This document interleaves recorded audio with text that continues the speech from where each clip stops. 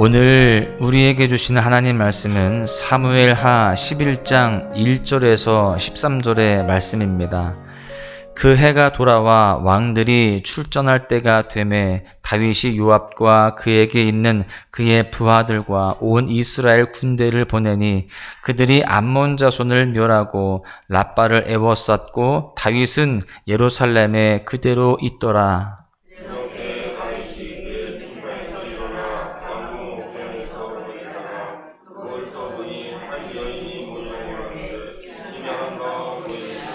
다윗이 사람을 보내 그 여인을 알아보게 하였더니 그가 아뢰되 그는 엘리암의 딸이요 햇사람 우리아의 아내 밧세바가 아니니까 하니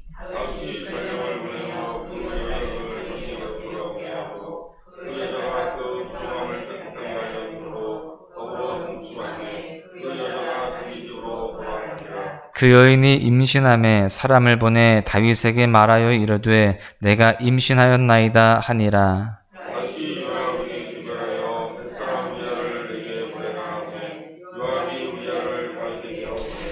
우리아가 다윗에게 이르매 다윗이 요압의 안부와 군사의 안부와 싸움이 어떠했는지를 묻고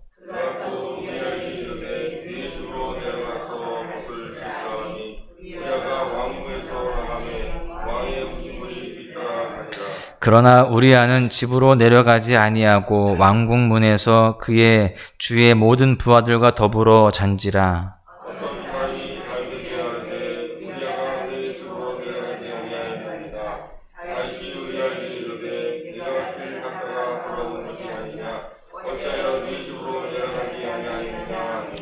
우리아가 다윗에게 아뢰되 언약궤와 이스라엘과 유다가 야영 중에 있고 내 주 요압과 내 왕의 부하들이 바깥 뜰에 진치고 있거늘 내가 어찌 내 집으로 가서 먹고 마시고 내 초와 같이 자리이까.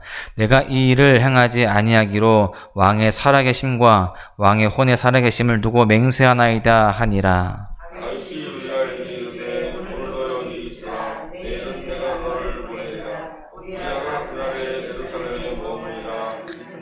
다윗이 그를 불러서 그로 그 앞에서 먹고 마시고 취하게 하니 저녁 때에 그가 나가서 그의 주의 부하들과 더불어 침상에 눕고 그의 집으로 내려가지 아니하니라. 아멘. 우리는 누군가에게 선물을 받으면 대부분 기분이 좋습니다. 그런데 그렇게 선물을 받을 때 아무 생각 없이 그냥 무턱대고 받지는 않습니다. 그 선물의 의미에 대해서 우리가 생각을 하게 됩니다.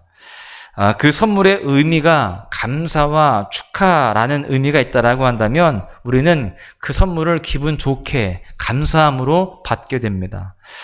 그런데 그 선물의 의미가 무언가 석연치 않다면 그 선물을 준 사람에 대해서 또 그 선물을 준 의미에 대해서 조금 깊이 곱씹어 보게 됩니다.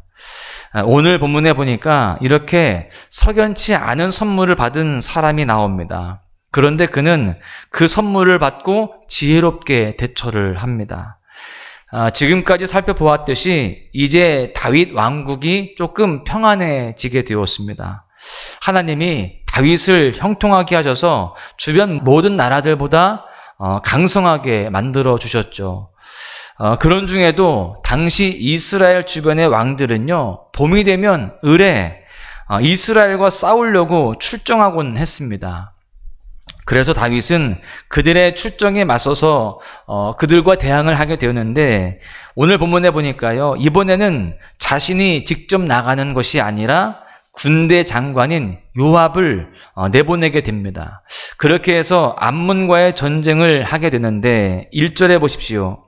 그 해가 돌아와 왕들이 출전할 때가 되매 다윗이 요압과 그에게 있는 그의 부하들과 온 이스라엘 군대를 보내니 그들이 암몬 자손을 멸하고 랍바를 에워쌌고 다윗은 예루살렘에 그대로 있더라. 요압과 그의 군대가 그렇게 암몬 자손을 멸하게 되었다라는 것입니다. 그래서 다윗이 마음 놓고 평안한 그런 상태로 저녁 때에 왕궁 옥상에서 거닐고 있었습니다. 그때 그곳에서 한 여인을 보게 되죠. 그 여인이 아름답게 보였습니다. 그래서 그 여인을 만나고 싶어졌어요. 누군지 알아보라고 했고요. 그 여인을 데려오라고까지 합니다. 그리고 급기야 동침하기까지 합니다. 이렇게 다윗에게 들어온 음욕은 끝을 보게 되었습니다.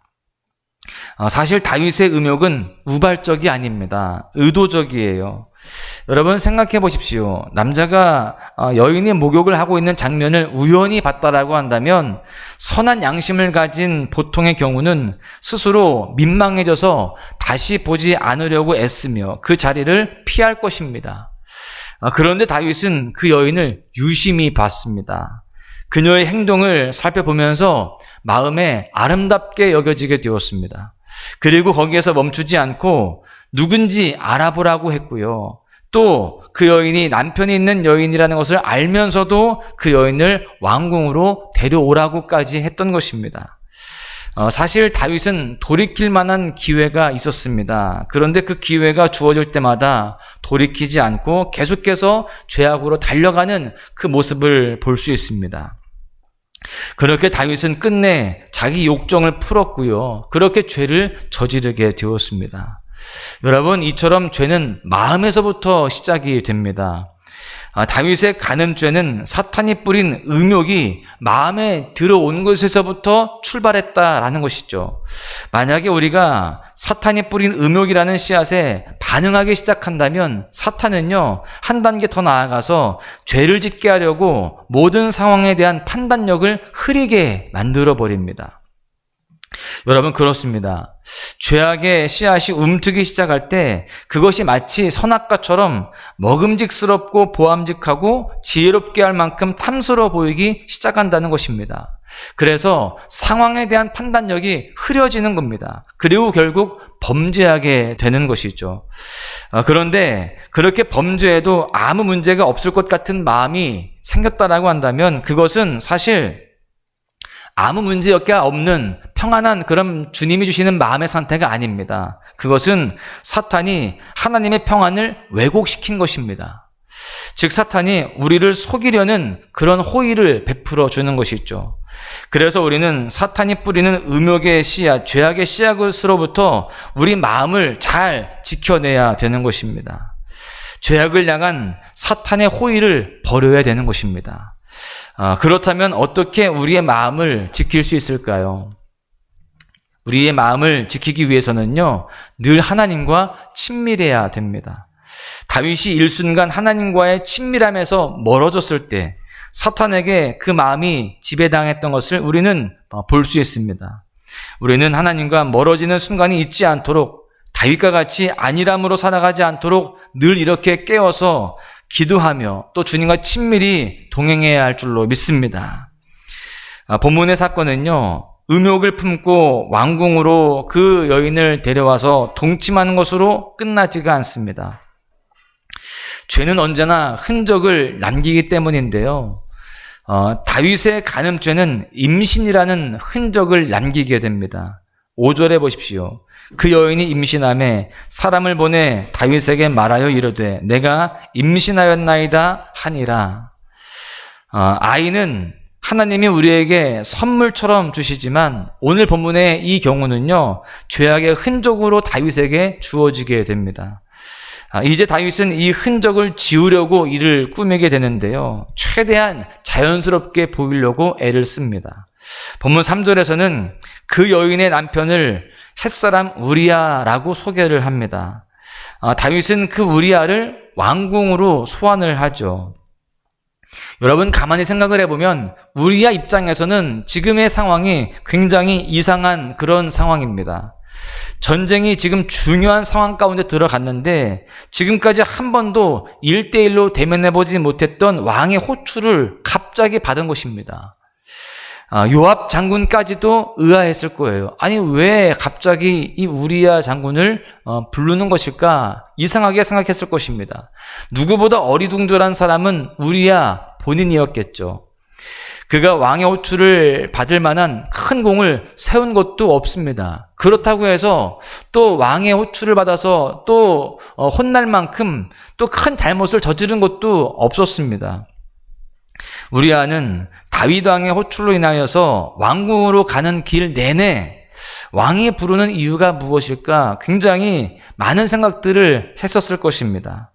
그런데 막상 다윗을 아련하니까 묻는 것이 특별하지 않습니다. 7절을 보시면 우리아가 다윗에게 이르매 다윗이 요압의 안부와 군사의 안부와 싸움이 어떠했는지를 묻고 다윗 왕이 지금 굉장히 평범한 질문을 던진 겁니다. 요압 장군의 안부를 묻고 또 이스라엘 군사의 안부를 묻고 또 전쟁의 정도가 어떠했는지를 물었습니다. 사실 이 질문은 꼭 우리아에게 묻지 않아도 되는 겁니다. 전령을 통해서 들을 수 있거든요. 그래도 우리아는 그런 시답지 않은 그런 질문이지만 성실하게 대답을 했을 것입니다.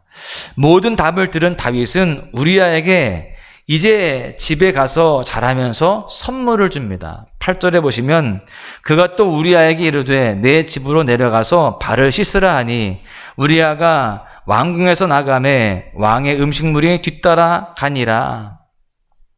여기서 왕의 음식물이라는 이 표현은요, 선물이라는 뜻도 포함되어 있습니다.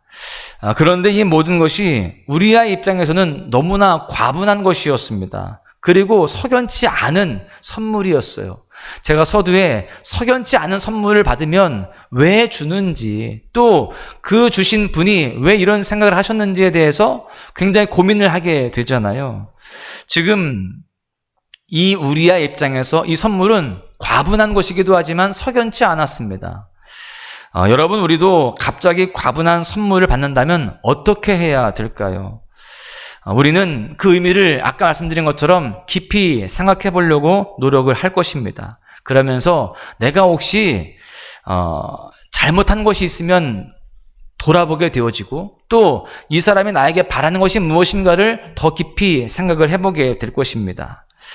여러분, 우리아의 경우는 왕의 호의에 대해서 여러 가지를 생각하다가 그래, 내가 이 왕께 더 충성을 다해야겠구나 라는 그런 생각을 했던 것으로 보입니다. 그래서 그 충성심으로 집으로 내려가지 않고요, 왕궁 문에서 부하들과 함께 유숙을 하게 됩니다. 그런데 다윗은 자신의 뜻대로 하지 않은 우리아에게 왜 말을 듣지 않는지 다그치게 되죠. 그러자 대답이 이렇습니다. 11절에 보시면 우리아가 다윗에게 아뢰되 언약궤와 이스라엘과 유다가 야영 중에 있고 내 주 요압과 내 왕의 부하들이 바깥 뜰에 진치고 있거늘 내가 어찌 내 집으로 가서 먹고 마시고 내 초와 같이 자리이까?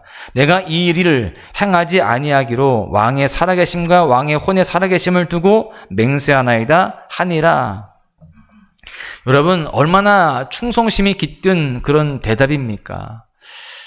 그런데 무엇보다 이 충성심보다 더 이 말 속에 깨달아야 할 것이 있습니다. 우리아의 이 말에는요, 하나님의 뜻이 담겨 있다라는 것입니다. 언약궤가 야영 중에 있습니다. 군인들이 전쟁터에 있습니다. 그런데 제가 어떻게 집으로 들어갑니까? 이렇게 이야기하는데, 여러분, 여기에서 이 말을 들으면서 다윗은 깨달았어야 되었습니다. 언약궤가 전쟁터에 있다라는 말에서 여호와 하나님의 손이 지금 전쟁터에 있다라는 것을 알았어야 되었습니다. 그러니까 다윗은 전쟁 중에 자신이 있어야 할 자리가 전쟁터이지 지금 평안한 이 왕궁에 있을 것이 아니다라는 것을 깨달았어야 되는 것이죠. 그래서 깨닫고 그래, 내가 여기에서 이렇게 범죄할 것이 아니라 회개하고 내가 여호와의 손이 있는 전쟁터로 가는 것이 맞지라고 생각을 하고 돌이켰어야 된다라는 것입니다. 그런데 다윗은 깨닫지 못합니다. 지금 당장 죄악의 흔적을 지우려는데 급급해하고 있습니다. 우리아는 왕으로부터 받은 호의를 하나님의 지혜로 잘 해석을 했습니다. 그 해석은 조금 더 열심히 최선을 다해서 충성을 다하자, 또 그 왕의 선물에 합당한 삶을 살아가자라는 그런 모습이었습니다. 그리고 그것은 하나님의 메시지로 다윗에게 전달이 되게 되는 것이죠. 여러분, 결국 우리아의 그 언행은 하나님의 사인이 되게 되었습니다. 여러분, 사실 우리도 과분한 선물을 이미 받았습니다. 하나님이 주신 영생이 바로 그 선물이죠. 이 선물이 너무나 과분하기에 우리는 구원받은 자답게 삶을 합당하게 살아가야 됩니다. 그렇게 구원받은 자답게 살려면 우리는 우리 마음속에 주님의 마음으로 늘 채워야 됩니다. 그리고 늘 주님과 동행하는 삶을 살아가야 됩니다. 주님의 손이 어디에 있는지, 주님의 마음이 어디에 있는지를 분별해야 되는 것이죠. 다윗처럼 하나님의 마음을 품지 않고 음욕만 품고 살아가면, 세상의 것을 품고 살아가면 구원받은 자답게 살아가는 모습이 안 되는 것입니다. 여러분, 더더군다나 우리는 하나님이 주신 선물이 너무나 과분하기에 우리의 언행이 본문의 우리아와 같이 언제나 하나님의 메시지가 되는 삶을 살아가야 되는 것입니다. 사명을 받은 자로서 충실히 우리의 영역 속에서 더 잘하려고, 더 충성됨으로 살아가려고 힘써야 되는 것입니다. 그 가운데에 우리 입에서 나가는 말이 하나님의 마음이 드러나는 말이 되어야 되고요. 우리의 행동으로 나타나는 그 모든 태도가 예수님의 섬김이 보여줘야 되는 것입니다. 그렇게 우리의 언행이 하나님의 사인이 되도록 해야 되는 것이죠. 우리아와 같이 그렇게 하나님의 말씀을 증거하는 삶이 되어지고 주님의 마음을 전달하는 삶이 되어져야 되는 것입니다. 그러한 모습이 바로 하나님의 은혜를 갚는, 또 우리가 큰 선물을 받은 자답게 살아가는 그런 모습이 되게 된다라는 것입니다. 우리 모두가 우리가 받은 선물의 의미를 분명히 깨닫고 그에 합당한 삶을 살아가야 할 줄로 믿습니다. 결론의 말씀을 드립니다. 선물에는 반드시 의미가 있다라고 말씀을 드렸습니다. 우리는 우리가 받은 선물에 대해서 깊이 생각을 해야 되는데요. 무엇보다 우리가 삶을 살아가면서 잘 분별해야 될 것이 있습니다. 누가 나에게 주는 선물인가? 만약에 사탄이 주는 호의라고 한다면 우리는 반드시 점검하고 그것을 배격해야 됩니다. 사탄은 호의를 가장한 파멸을 가져다 주기 때문입니다. 세상의 것이 달콤해 보이지만 그것은 선물이 아니라는 것이죠. 반면에 하나님이 주시는 선물이라면 그 은혜에 깊이 감사하면서 받아야 됩니다. 하나님은 우리에게 늘 좋은 것만 주시기 때문입니다. 그 중에 가장 큰 것, 또 가장 좋은 것, 구원을 선물로 주셨는데 우리 모두가 그 선물을 받은 자로서 세상에서 하나님의 메신저가 되어야 됩니다. 그렇게 선물을 받은 자답게 살아가야 되는 것이죠. 그 가운데 우리가 하나님의 살아계심을 드러내고 우리의 모든 언행을 통해서 하나님의 뜻을 드러내는 삶을 살아가야 할 줄로 믿습니다. 오늘 하루도 하나님의 큰 선물을 받은 자답게 하나님 앞에 충성된 삶을 살아가시고 주님의 마음을 드러내는 그런 삶으로 쓰임받으시기를 간절히 소망합니다. 그렇게 은혜를 누리시고 승리하시기를 주님의 이름으로 간절히 축원합니다. 우리 주는 위대하며 능력이 많으시도다. 그의 지혜 무궁하며 인자는 영원하도다. 상한 자들 고치시며 상처를 싸매시도다. 별들의 수를 세시며 이름을 붙이셨도다. 그가 구름으로 하늘을 덮으시며 땅을 위하여 비 준비하시니 예루살렘아 여호와를 찬송할지어다. 내 하나님을 감사함으로 그 앞에 나가며 주 임재 앞에 경배해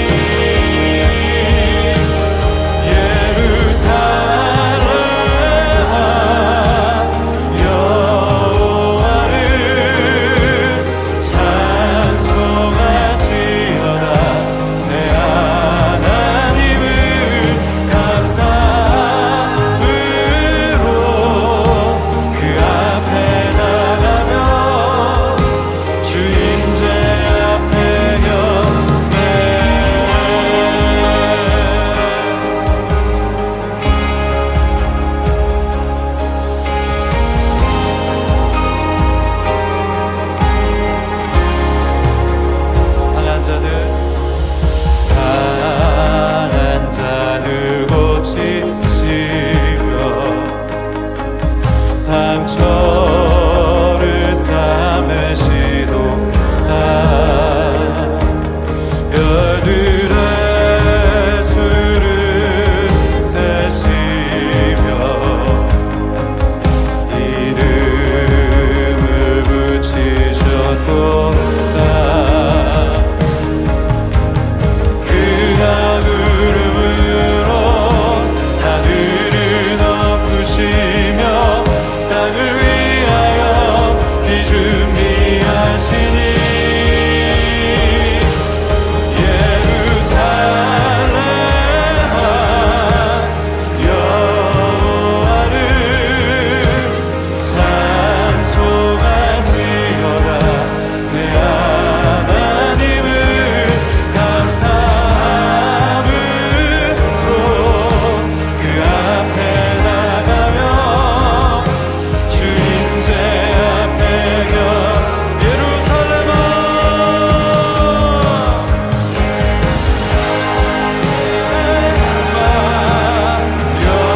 여호와를 찬송하지어다. 내 하나님을 감사함으로 그 앞에 나가며 주인제 앞에 경배.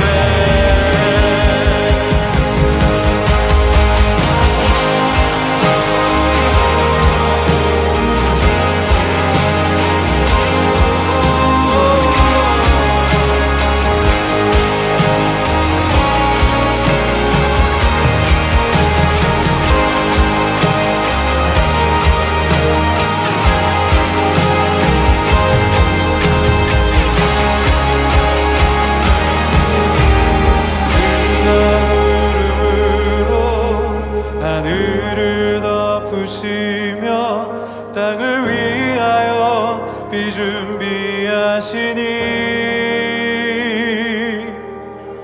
그가 구름으로 하늘을 덮으시며 땅을 위하여 비 준비하시니 함께 예루살렘아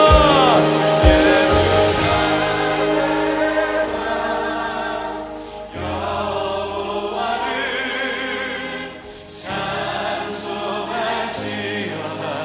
내 하나님을 감사함으로 그 앞에 나가며 주인제 자 우리 두 손을 높이 들고 예루살렘아